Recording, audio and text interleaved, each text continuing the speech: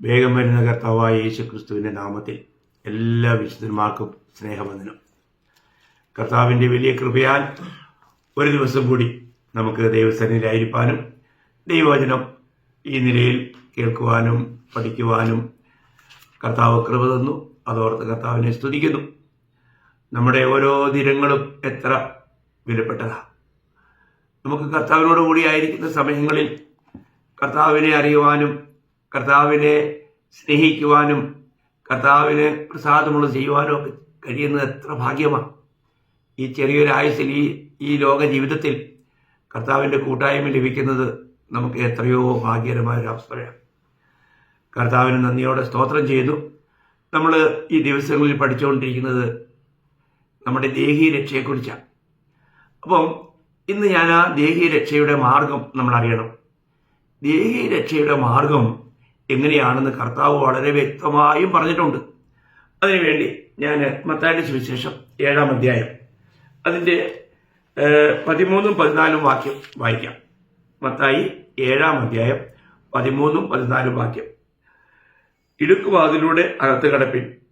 നാശത്തിലേക്ക് പോകുന്ന വാതിൽ വീതിയുള്ളതും വഴി വിശാലവും അതിൽ കൂടി കടക്കുന്നവർ അനേകരുമാകുന്നു. ജീവങ്കിലേക്ക് പോകുന്ന വാതിൽ ഇടുക്കവും വഴി ഞെരുക്കവുമുള്ളത്, അത് കണ്ടെത്തുന്നവർ ചുരുക്കമത്രേ. എത്ര ഗഹനമായൊരു കാര്യമാണ്. കർത്താവ് പറയുകയാണ്, ഇടുക്കുവാതിലൂടെ അകത്ത് കടപ്പിൻ. നാശത്തിലേക്ക് പോകുന്ന വാതിൽ വീതിയുള്ളതും വഴി വിശാലവും അതിലൂടെ കടക്കുന്നവർ അനേകരുമാകുന്നു. ഇതാരെക്കുറിച്ചാണ് പറഞ്ഞിരിക്കുന്നത്? ഈ വിശാലമായ വഴിയിലൂടെ യാത്ര ചെയ്യുന്നവരാരാ? പലരും ധരിച്ചിരിക്കുന്നത് ഇത് പാപികളെ കുറിച്ചാണെന്നാണ്. ഇത് പാപികളെ കുറിച്ചല്ല. രക്ഷിക്കപ്പെട്ട വിശുദ്ധന്മാരിൽ അനേകര് പോകുന്ന വഴിയെക്കുറിച്ചാണ് അവിടെ കർത്താവ് പറയുന്നത്. നമുക്കറിയാമല്ലോ, മത്തായിയുടെ സുവിശേഷം 5, 6, 7 അധ്യായം ശിഷ്യന്മാർക്കുള്ള ഉപദേശമാണ്. അപ്പോൾ ശിഷ്യന്മാരോട് പറയുമ്പോൾ പറയുന്ന കാര്യമാണ്. അത് തന്നെ നമ്മൾ വളരെ ശ്രദ്ധിക്കണം. അതുകൊണ്ട് ഇത് ലോകത്തിന് കൊടുക്കുന്ന ഉപദേശമല്ല, ശിഷ്യന്മാർക്ക് കൊടുക്കുന്ന ഉപദേശമാണ്. അപ്പോൾ രക്ഷിക്കപ്പെട്ടവരിൽ അനേകരും എന്തു ചെയ്യും? പിശാചിന്റെ വഞ്ചനയിൽ കുടുങ്ങി അവർ വിശാലമായ വഴിയിലേക്ക് പോകാനിടയാവും. നമ്മൾ നോക്കണേ, ഇന്ന് അനേകർക്കും അവർ ആത്മരക്ഷ പ്രാപിച്ചതിൽ സംതൃപ്തരായിട്ട് ഇനിയിപ്പം ഏതായാലും രക്ഷിക്കപ്പെട്ടു, ഇനി ഏതായാലും സ്വർഗത്തിലെത്തും, അതുകൊണ്ട് ഇനി സ്വർഗത്തിൽ ചെന്നിട്ട് ഇനി പ്രതിഫലമൊക്കെ ഇച്ചിരി കുറഞ്ഞാലും കുഴപ്പമില്ല, ഈ ലോകത്തിൽ ബുദ്ധിമുട്ട് കൂടാതെ വലിയ പ്രയാസമൊന്നും കൂടാതെ അങ്ങ് എത്തണം. അങ്ങനെയൊക്കെ ചിന്തിച്ച് ജീവിക്കുന്നവരാണ് ഒരു വലിയ കൂട്ടം ജനങ്ങൾ. അവർക്ക് ഇടുക്ക് വാതിലും ഇടുക്ക് വഴിയും അവർക്ക് താല്പര്യമില്ല. എത്ര ദുഃഖകരമാണ് പ്രിയമുള്ളവരെ. നമ്മുടെ പ്രാണന്റെ രക്ഷയുടെ മാർഗം എന്നുള്ളത് ആ വിശാലമായ വഴിയല്ല, അത് ഇടുക്ക് വാതിലും ഇടുക്ക് വഴിയുമാണ്. അങ്ങനെ നമ്മൾ ഈ യാഥാർത്ഥ്യത്തെ മനസ്സിലാക്കി ആ വഴിയിലൂടെ നമ്മൾ യാത്ര ചെയ്യുന്നില്ല എങ്കിൽ നമ്മൾ നമ്മുടെ പ്രാണനെ നഷ്ടപ്പെടുത്തും. നമ്മുടെ പ്രാണന്റെ രക്ഷയെ നമ്മൾ നഷ്ടപ്പെടുത്തും. നിത്യതയിലേക്ക് നമുക്ക് വളരെ വലിയ ഒരു നഷ്ടമുണ്ടാകും. ഇത് കൂടാതിരിക്കണമെങ്കിൽ കർത്താവിൻ്റെ ഈ പഠിപ്പിക്കലിനെ നമ്മൾ എത്രമാത്രം ശ്രദ്ധിക്കണം. ഒരു വിധത്തിൽ പറഞ്ഞു കഴിഞ്ഞാൽ ലോകക്കാർ നോക്കുമ്പോഴൊക്കെ അവർക്ക് ഈ ഇടുക്ക് വാതിലും വഴിയുമൊക്കെ വളരെ കഷ്ടപ്പാടായിട്ട് തോന്നും. എന്നാൽ ആ വഴിയിലൂടെ പോകുന്ന വിശുദ്ധന്മാരോട് ചോദിച്ചാൽ അവർ ഭയങ്കര സന്തോഷത്തിലാണ്. കാരണം അവർക്ക് കർത്താവ് കൊടുത്തിരിക്കുന്ന വാഗ്ദത്തങ്ങളെ മുറുകെ പിടിച്ചുകൊണ്ട് അവർ ജീവനിൽ വളർന്നുകൊണ്ടിരിക്കുക. അവർക്കതിൽ വളരെ സന്തോഷമാണ്. അതല്ലേ ശരി? നമ്മുടെ ജീവിതത്തിലെ സത്യത്തിന് വേണ്ടി, കർത്താവിന് വേണ്ടി നമുക്ക് കഷ്ടങ്ങളും പ്രതികൂലങ്ങളും പ്രയാസങ്ങളൊക്കെ ഉണ്ടാകുമ്പോൾ നമ്മൾ തളരാറുണ്ടോ? ഒരിക്കലുമില്ല. നമ്മളതിൽ മതിമറന്ന് സന്തോഷിക്കുക. നമുക്ക് അതിൽ, കാരണം നമുക്ക് ദൈവികമായ വാഗ്ദത്തങ്ങളാണ് നമ്മൾ ഓർക്കുന്നത്. നമുക്ക് പ്രതികൂലങ്ങൾ ഏറുമ്പോഴും കർത്താവിൻ്റെ വാഗ്ദത്തങ്ങളെ നമ്മൾ മുറുകെ പിടിച്ചുകൊണ്ട് സന്തോഷിക്കുക ചെയ്യുന്നത്. എന്നാൽ ബലഹീനരായ വിശ്വാസികളെ പിശാച് എന്ത് ചെയ്യുന്നറിയാമോ? അവരെ ഈ വഴിയിലേക്ക് എന്ന് പറഞ്ഞാൽ ആത്മരക്ഷ പ്രാപിച്ചയുടെ മുമ്പിൽ വിശാലമായ വഴി കാണിച്ചിട്ട് അവരുടെ ദേഹീരക്ഷ നഷ്ടപ്പെടുത്തുവാൻ വേണ്ടി, പ്രതിഫലം നഷ്ടപ്പെടുത്താൻ വേണ്ടിയിട്ട് പിശാച് എന്തിനറിയാവോ? ലൗകികമായ, ജഡീകമായ, സാത്താന്യമായ ഈ വഴിയിലേക്ക് അവരെ ആകർഷിക്കും. അതിലൂടെ ലഭിക്കുന്ന സുഖങ്ങളിലേക്കും അതിലൂടെ ലഭിക്കുന്ന താൽക്കാലികമായിരിക്കുന്ന നന്മയിലേക്കും ആകർഷിച്ച് അവരെ നിത്യതയിൽ ലഭിക്കേണ്ട വലിയ പ്രതിഫലങ്ങളിൽ നിന്നും അവരെ വഞ്ചിക്കും. അതുകൊണ്ട് ദൈവമക്കൾ ഒരു കാര്യം മനസ്സിലാക്കണം. നമ്മൾക്ക് ലഭിച്ചിരിക്കുന്ന ഈ വിളി, അതിൻ്റെ മഹത്വം, നാം ജീവിക്കേണ്ടതായിരിക്കുന്ന ജീവിത പാത, അത് നമുക്ക് കർത്താവ് കാണിച്ചു തരിക്കുന്ന ആ മാതൃക, അതെപ്പോഴും നമ്മൾ ഉൾക്കൊള്ളണം. അത് നമ്മൾ വളരെ ശ്രദ്ധിച്ച് നോക്കണം. നമുക്ക് ഒരു സുഖം ലഭിക്കുമ്പോൾ ഞാൻ സാധാരണ പറയാറുണ്ട്, ഒരാള് ഒരു ചാക്ക് നിറയെ ഗോതമ്പുമായിട്ട് സൈക്കിളിൽ പോകുമ്പോൾ താൻ വളരെ പ്രയാസപ്പെട്ട അതിൻ്റെ പെൻഡിലെ ചവിട്ടുന്നത്. അപ്പോൾ കുറെ കഴിഞ്ഞപ്പം അദ്ദേഹത്തിന് വളരെ ലഘുവായി തോന്നി. താൻ വളരെ ആടിപ്പാടി താൻ ഇങ്ങനെ അങ്ങ് പോവുക. ചെന്ന് ലക്ഷ്യസ്ഥാനത്ത് എത്തിക്കഴിഞ്ഞ് തിരിഞ്ഞു നോക്കിയപ്പം ചാക്ക് കാലി. അതിലൊരു കാക്ക വന്നിരുന്ന് അത് കൊത്തിപ്പറിച്ച് അതിലൊരു വലിയൊരു ദ്വാരം ഉണ്ടാക്കി ഈ ഗോതമ്പെല്ലാം പോയത് ഇദ്ദേഹം അറിഞ്ഞില്ല. നമ്മുടെ ആത്മീയ ജീവിതത്തെ ഇതുപോലെ കാർന്നു തിന്നുവാൻ പിശാച് ചില തന്ത്രങ്ങൾ ഒരുക്കും. നമുക്ക് വളരെ സുഖമായി തോന്നും, ഇത് വളരെ സുഖമായ യാത്രയായിട്ടൊക്കെ തോന്നും. പക്ഷെ ഒരു കാര്യം മനസ്സിലാക്കണം, പിശാചിന്റെ ചതിയിൽ അവർ വഞ്ചിക്കപ്പെടുകയാണ്.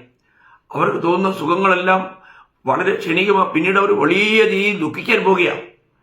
നമുക്ക് ലഭിക്കേണ്ട വലിയ നന്മകളെ അവൻ ചോർത്തിക്കളയുകയാണ്. അപ്പൊ അതുകൊണ്ട് നമ്മൾ ഒരിക്കലും നമുക്ക് ദൈവം വെച്ചിരിക്കുന്ന ആ വഴിയിൽ നിന്നും അകന്നു പോകാൻ ഒരിക്കലും നമ്മൾ സമ്മതിക്കരുത്.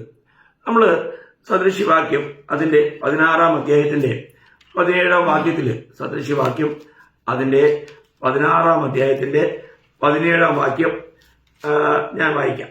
16-ന്റെ 17. സ്തോത്രം. ദോഷം അകറ്റി നടക്കുന്നത് നേരുള്ളവരുടെ പെരുവഴി.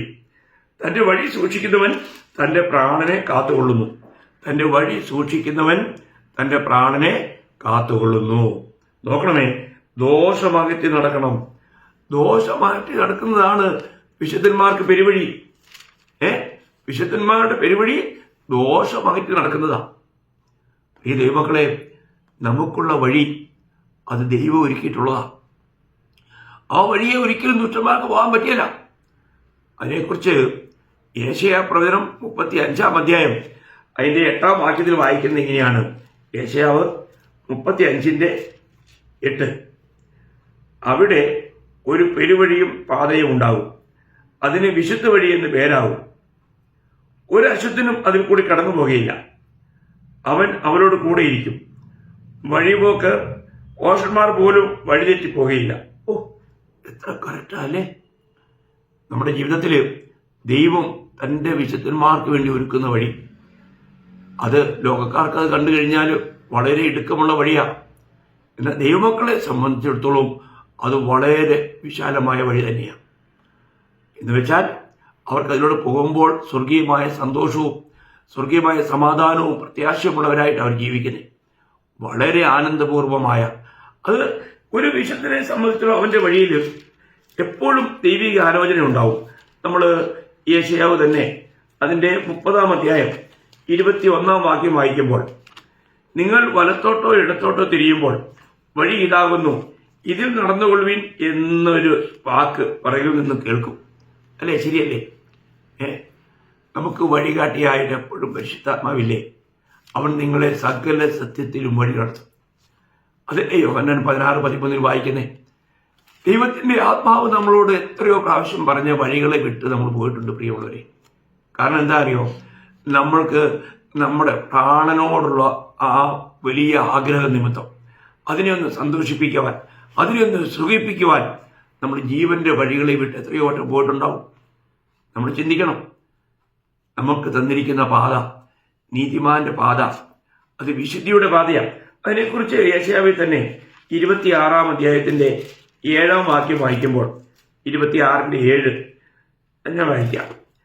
നീതിമാന്റെ വഴി ചൊവ്വുള്ളതാകുന്നു, നീ നീതിമാന്റെ പാതയെ ചൊവ്വായി നിർത്തുന്നു. നീതിമാന്റെ വഴി ചൊവ്വായ വഴിയാണ്, ചൊവ്വായ പാത. ദൈവം ആ വഴി ഒരുക്കി കൊടുക്കുന്നേ. എത്ര ശ്രേഷ്ഠമാണ്! അനേകയിടങ്ങളിൽ ഇതിനെക്കുറിച്ച് പറഞ്ഞിട്ടുണ്ട്. നമ്മൾ സങ്കീർത്തനം 77 അധ്യായത്തിന്റെ 13 വാക്യത്തിൽ 77 വാക്യത്തിൽ വായിക്കുന്നത്, ദൈവമേ നിന്റെ വഴി വിശുദ്ധമാകുന്നു.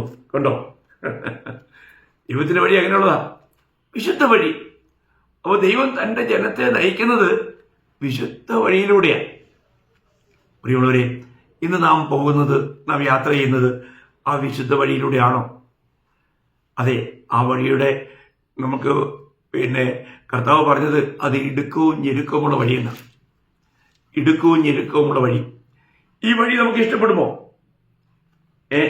ഈ വഴി നമുക്ക് ഇഷ്ടപ്പെടുമോ?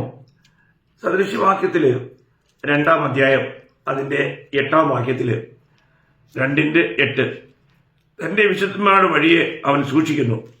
കണ്ടോ, തന്റെ വിശുദ്ധന്മാരുടെ വഴിയെ സൂക്ഷിക്കുന്നു. ദൈവം ആ വഴി സൂക്ഷിക്കുന്നു. വളരെ വിലപ്പെട്ട കാര്യമാണ്. അപ്പൊ ഇന്ന് നമ്മൾ കർത്താവിന്റെ വഴിയിലൂടെയാണോ യാത്ര ചെയ്യുന്നത് എന്നാണ് നമ്മൾ പരിശോധിക്കണ്ടേ.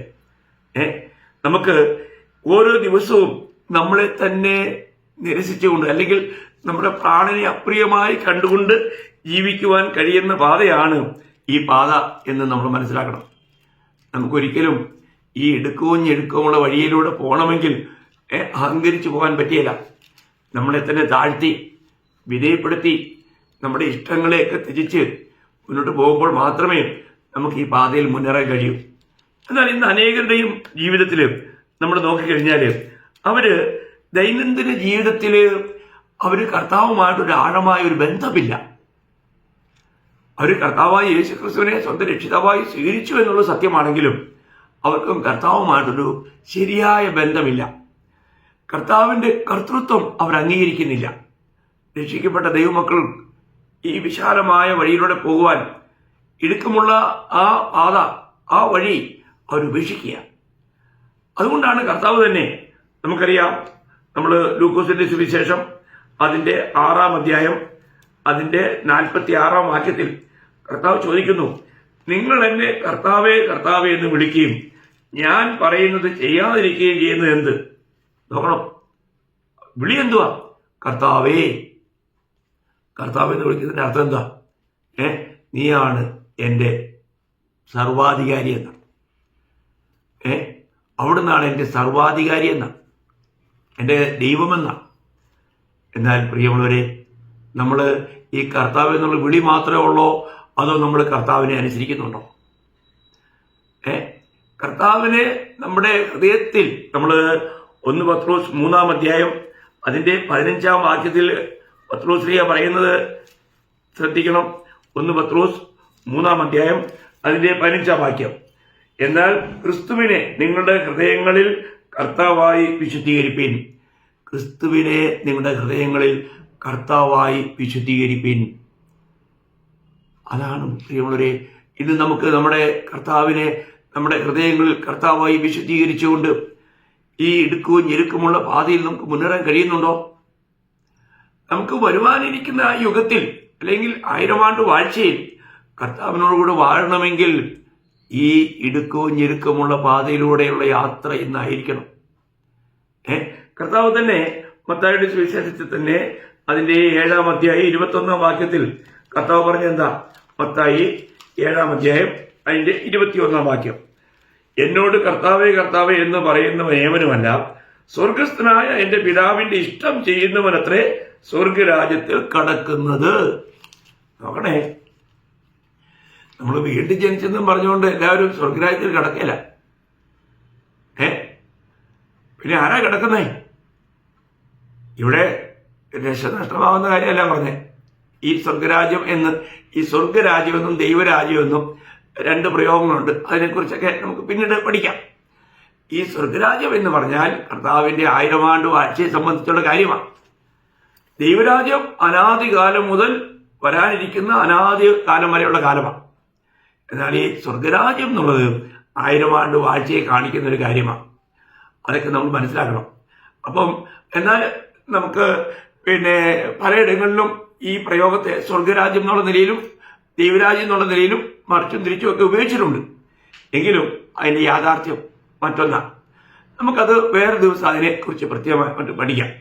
അപ്പം ഞാനിവിടെ പറയാൻ ആഗ്രഹിക്കുന്ന കാര്യം, എന്നെ കർത്താവേ കർത്താവേ എന്ന് വിളിക്കുന്ന ഏവനുമല്ല, എൻ്റെ സ്വർഗീയ പിതാവിൻ്റെ ഇഷ്ടം ചെയ്യുന്നവനത്രേ സ്വർഗരാജ്യത്തിൽ കടക്കുന്നത് എന്നാണ് കർത്താവ് പറഞ്ഞത്.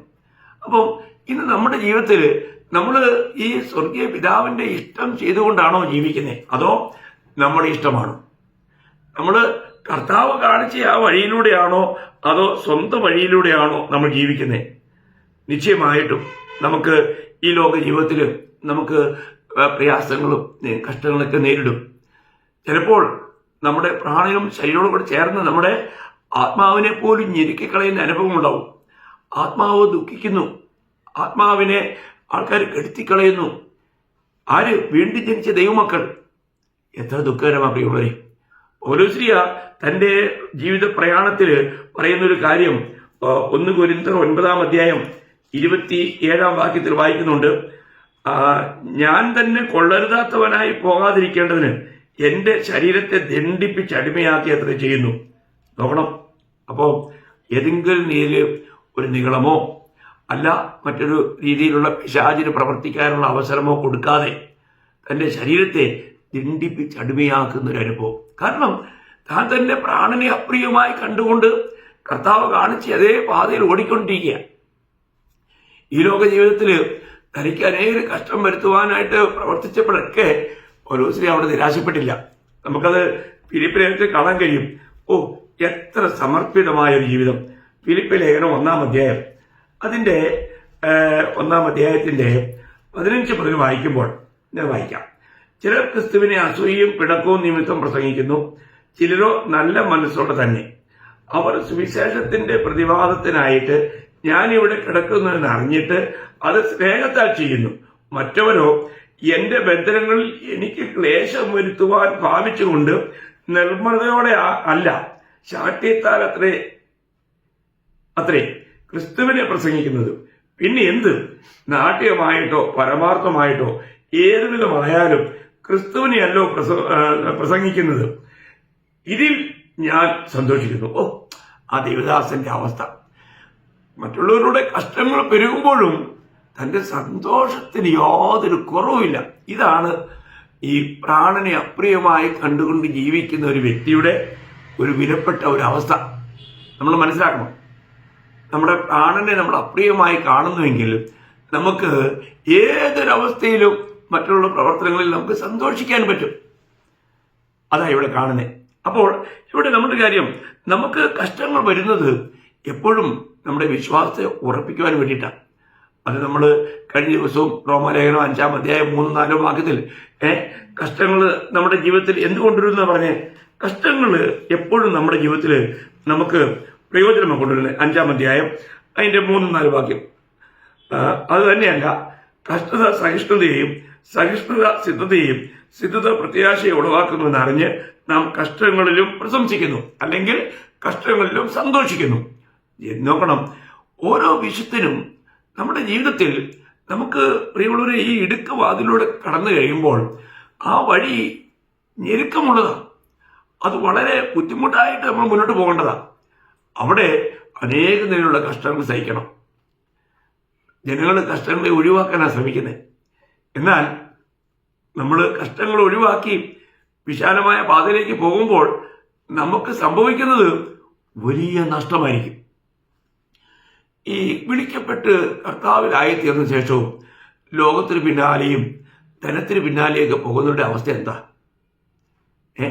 ധനവാനെ കുറിച്ച് കർത്താവ് പറയുമ്പോൾ, ധനത്തിൽ ആശ്രയിച്ച ധനവാനെ കുറിച്ച് പറയുമ്പോൾ മത്തായിയുടെ സുവിശേഷം 19-ാം അധ്യായം അതിന്റെ 24-ാം വാക്യം ഞാനൊന്ന് വായിക്കാം.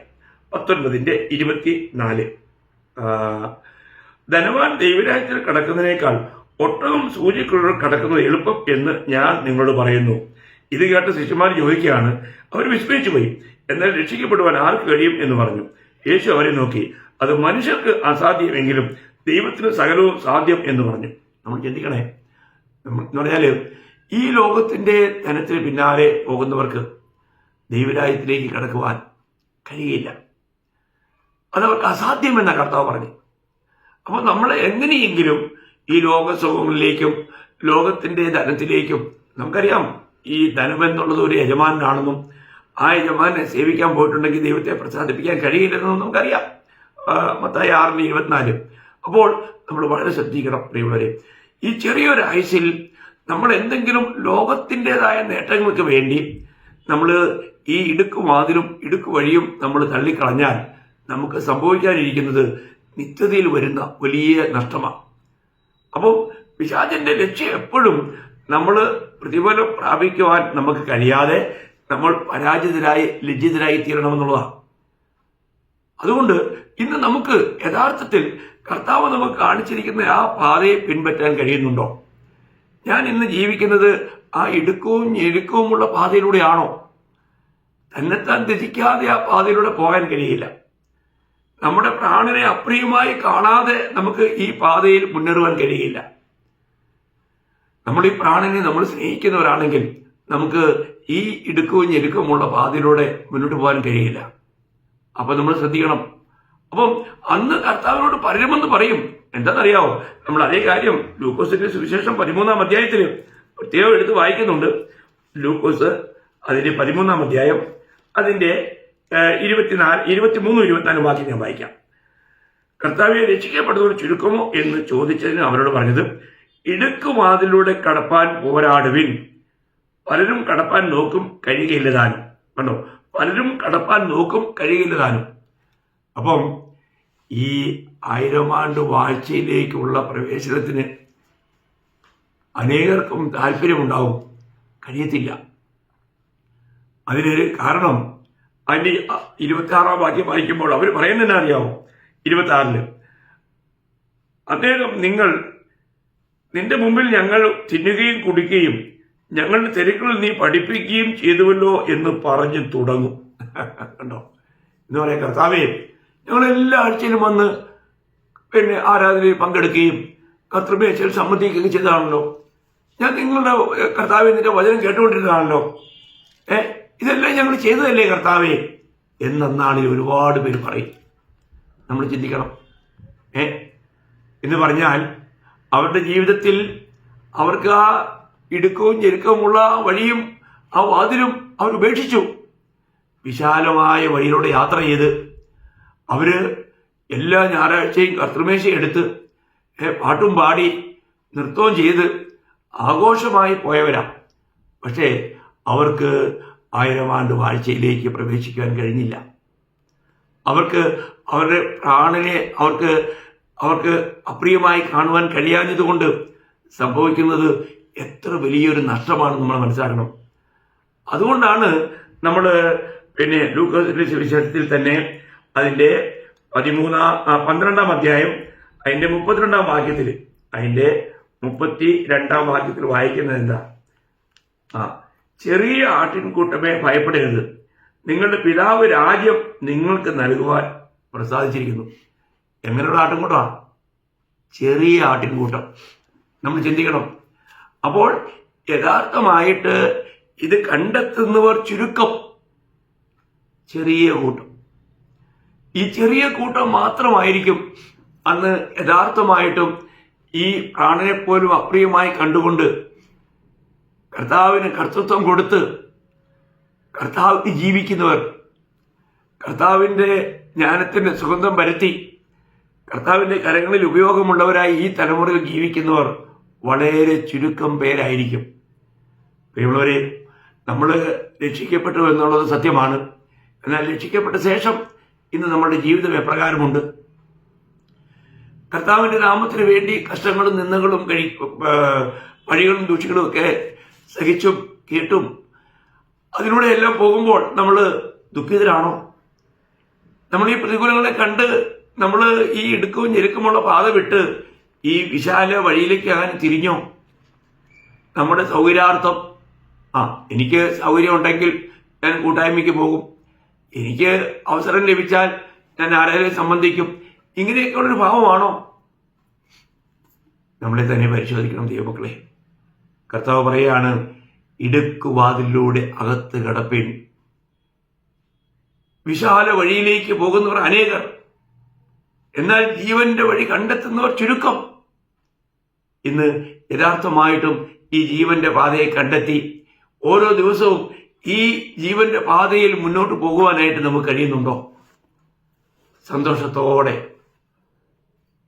കർത്താവിൽ യഥാർത്ഥമായ ആശ ലഭിച്ചിരിക്കുന്നവർ കഷ്ടങ്ങളിൽ അവരുടെ ധൈര്യം വർദ്ധിച്ചുകൊണ്ട് ഓരോ ദിവസവും വിശ്വാസത്തിൽ വളർന്ന് സിദ്ധതയിലേക്ക് വളർന്ന് ക്രിസ്തുവിനെ പ്രതിബിംബിക്കുന്നവരായി ക്രിസ്തുവിനെ ലോകത്തിന് വെളിപ്പെടുത്തുന്നവരായി ഈ ഇടുക്കവും ഞെരുക്കവുമുള്ള പാതയിലൂടെ ഈ മാർഗത്തിലൂടെ നമ്മൾ യാത്ര ചെയ്യുന്നെങ്കിൽ നമുക്ക് ലഭിക്കാൻ പോകുന്നത് കർത്താവിനോട് കൂടെ 1000 ആണ്ട് വാഴ്ച. ഈ 1000 ആണ്ട് വാഴ്ചയ്ക്ക് ശേഷം ഞാൻ പറഞ്ഞല്ലോ, നിത്യതയോടും രാജാക്കന്മാരായി നാം കർത്താവിനോടുകൂടെ ഭരിക്കാനിടയാവും. വിലപ്പെട്ട കാര്യമാണ്. എന്നാൽ മറ്റുള്ളവർക്ക് ഈ വിശാല വഴിയിലൂടെ രക്ഷിക്കപ്പെട്ടിട്ടും കർത്താവിൻ്റെ ഇഷ്ടം തിരിച്ചറിയാതെ അല്ല തിരിച്ചറിഞ്ഞിട്ടും അതിനെ അവഗണിച്ച് അവരുടെ പ്രാണന്റെ സുഖത്തിനു വേണ്ടി അവർ ഈ ലോകത്തിൽ പ്രാണനെ നേടുവാൻ നിത്യതയ്ക്ക് വേണ്ടി പ്രാണനെ നഷ്ടപ്പെടുത്തുന്നു. അങ്ങനെയുള്ളവർക്ക് സംഭവിക്കുന്നത് വലിയൊരു നഷ്ടമായിരിക്കും. ഈ കാര്യങ്ങളെക്കുറിച്ച് നമുക്കൊരു ശരിയായ നിലയിലുള്ള കാഴ്ചപ്പാട് ആവശ്യമാണ് പ്രിയമുള്ളവരെ. ഇന്ന് അനേകരും ഈ കാര്യത്തെക്കുറിച്ച് അത്ര ഗഹനമായിട്ട് ചിന്തിക്കുന്നില്ല. എന്നാൽ കർത്താവ് പറഞ്ഞു, ഇടുക്കുവാതിലൂടെ അകത്ത് കടപ്പാൻ നിങ്ങൾ യത്നിക്കണം, നമ്മൾ അതിനുവേണ്ടി നമ്മൾ ചെയ്യണം. അപ്പം ദൈവം നമുക്ക് മുൻപിൽ ഈ പാത ഒരുക്കി വെച്ചിരിക്കുക. കർത്താവ് നമ്മളെ കാണിക്കുന്നുണ്ട്. നമുക്കറിയാം, യിരെമ്യാ 21:8 വായിക്കുന്നുണ്ട്, ഇതാ ഞാൻ ജീവന്റെ വഴിയും നാശത്തിന്റെ വഴിയും നിങ്ങളുടെ മുമ്പിൽ വെച്ചിരിക്കുന്നു. ഈ 2 വഴിയും എല്ലാവർക്കും മുമ്പിൽ ദൈവം വെച്ചിരിക്കുക. തെരഞ്ഞെടുപ്പിലുള്ള സാവകാശം നമുക്ക് ഓരോരുത്തർക്കും ദൈവം തന്നിരിക്കുക. അപ്പോൾ ഇവിടെ ഇത് നമ്മൾ ഭാവിയോട് പറയുമ്പോഴും ഇങ്ങനെയുള്ള കാര്യങ്ങൾ പറയാറുണ്ടെങ്കിലും ഇവിടെ പറഞ്ഞിരിക്കുന്നത് വിശുദ്ധന്മാരുടെ ബന്ധത്തിലാണ്. നമ്മൾ ഇന്ന് ഈ വിശാല വഴിയെയാണോ തിരഞ്ഞെടുക്കുന്നത്, അതോ നമ്മൾ ഇടുക്കമുള്ള വഴിയാണോ? അവിടെയാണ് നമ്മൾ ശ്രദ്ധിക്കേണ്ടേ. അപ്പോൾ നമ്മൾ 16-ാം സങ്കീർത്തനം 11-ാം വാക്യത്തിൽ വായിക്കുന്നുണ്ട്, ജീവന്റെ വഴി നീ എനിക്ക് കാണിച്ചു തരും. അതാ ദൈവം ജീവന്റെ വഴി നമുക്ക് കാണിച്ചതില്ലേ? ഇന്നത്തെ ജീവന്റെ വഴി കർത്താവ് പറഞ്ഞില്ലേ, യോഹന്നാൻ 14:6, ഞാൻ തന്നെ ആ വഴിയാകുന്നു. കർത്താവല്ലേ ആ വഴി. പ്രിയമുള്ളവരെ, നമ്മുടെ ജീവിതത്തിൽ കർത്താവാകുന്ന വഴിയല്ലാതെ മറ്റൊരു വഴി നാം തിരഞ്ഞെടുക്കരുതേ. കർത്താവ് നമുക്ക് കാണിച്ചെന്ന മാതൃകയല്ലാതെ മറ്റൊരു മാതൃകയിലേക്ക് നാം പോകരുതേ. അങ്ങനെ പോയാൽ നമുക്ക് നിത്യതയിൽ വലിയ നഷ്ടങ്ങൾ വരും. രക്ഷിക്കപ്പെട്ടത് കൃപയാൽ നമ്മൾ രക്ഷിക്കപ്പെട്ടു. എന്നാൽ ഇനിയും നമുക്ക് ലഭിക്കേണ്ട അനേക കാര്യങ്ങളിൽ നമ്മുടെ ഒരു തിരഞ്ഞെടുപ്പുണ്ട്, നമ്മുടേതായിരിക്കുന്ന ഒരു ഭാഗമുണ്ട്. ദൈവം നമുക്ക് ആലോചന തരുന്നുണ്ട്. എന്നാൽ നമ്മൾ ആലോചന വിട്ടുകളഞ്ഞാൽ നമുക്ക് തീരെ നഷ്ടമായിരിക്കും. അതുകൊണ്ട് നമ്മൾ വായിച്ചില്ലേ, നമ്മൾ ലൂക്കോസ് 12:32 ചെറിയ ആട്ടിൻകൂട്ടം കണ്ടെത്തുന്നവർ ചുരുക്കം. അപ്പോൾ ആ ചുരുക്കം പേരിൽ ആ ചെറിയ ആട്ടിൻകൂട്ടത്തിൽ ഞാനുണ്ടോ എന്ന് നമ്മൾ പരിശോധിക്കണ്ടേ. അതുകൊണ്ട് എന്നെ കേൾക്കുന്ന എല്ലാ ദൈവമക്കളോടും ഞാൻ പറയട്ടെ, നമ്മൾ രക്ഷിക്കപ്പെട്ട ശേഷം ലോകമോഹങ്ങളിൽപ്പെട്ട് ലോകത്തിൻ്റെ ആ വശീകരണ ശക്തിയിൽപ്പെട്ട് നിത്യതയുടെ ആ പ്രതിഫലങ്ങളെ നമ്മൾ നഷ്ടമാക്കാതെ നമ്മുടെ പ്രാണനെ പോലും അപ്രിയമായി കണ്ടുകൊണ്ട് കർത്താവിനെ നമ്മുടെ ജീവിതത്തിൻ്റെ കർത്താവായി എപ്പോഴും ഹൃദയത്തിൽ വിശുദ്ധീകരിച്ച് കർത്താവിൻ്റെ ഹിതം അറിഞ്ഞ് ആ ഹിതത്തിനുള്ളിൽ നിന്നാൽ നമ്മുടെ ജീവിതം ധന്യമാകും. നമ്മൾ വരും യുഗത്തിൽ കർത്താവിനോട് കൂടെ 1000 ആണ്ട് ഭരണത്തിൽ കർത്താവിനോട് കൂടെ വാഴുവാൻ ഇടയായിത്തീരും. അങ്ങനെ കർത്താവിനോടുകൂടെ വാഴുന്നവരായി ഈ വാഴ്ച പിന്നെ 1000 ആണ്ട് മാത്രമല്ല, നിത്യത്തിലെ രാജാവായിരിക്കുമെന്ന് വെളിപ്പാട് 22:5 നമ്മൾ വായിക്കുന്നുണ്ട്. അതുകൊണ്ട് അവർ എന്നേക്കും രാജാക്കന്മാരായിരിക്കും. അങ്ങനെ എന്നേക്കും രാജാക്കന്മാരായിരിക്കുന്ന അനുഭവത്തിലും കർത്താവിനോട് വാഴുവാനുള്ള അനുഭവം നമ്മുടെ ഈ ചെറിയ ആയുസ്സിൽ നമ്മുടേതായിരിക്കുന്ന പ്രാണന്റെ രക്ഷയ്ക്ക് വേണ്ടി നമ്മൾ നഷ്ടമാക്കരുത്. ആ സുഖങ്ങൾക്ക് പിന്നാലെ, ഈ മായയുടെ പിന്നാലെ പോയി നമ്മൾ വഞ്ചിക്കപ്പെടരുത്. വഞ്ചകനാൽ പിശാചിന്റെ തന്ത്രങ്ങളിൽ കുടുങ്ങാതെ കർത്താവ് നമുക്ക് തന്ന ആ ജീവന്റെ പാത, ഇടുക്കവും ഞെരുക്കവുമുള്ള ആ പാതയെ പിൻപറ്റി നിത്യയുടെ തുറമുഖത്തെത്തുവാൻ കർത്താവ് ഈ വചനം കേട്ട എല്ലാവർക്കും അതിനെ സഹായിക്കട്ടെ. ഏളികളായി തീരാം. നിത്യതയിൽ കർത്താവിനോട് സന്തോഷിക്കാം. കർത്താവിന്റെ നാമം മഹത്വപ്പെടട്ടെ. ഇന്നും എന്നേക്കും കർത്താവിന് മഹത്വം ഉണ്ടാകട്ടെ. ആമേൻ.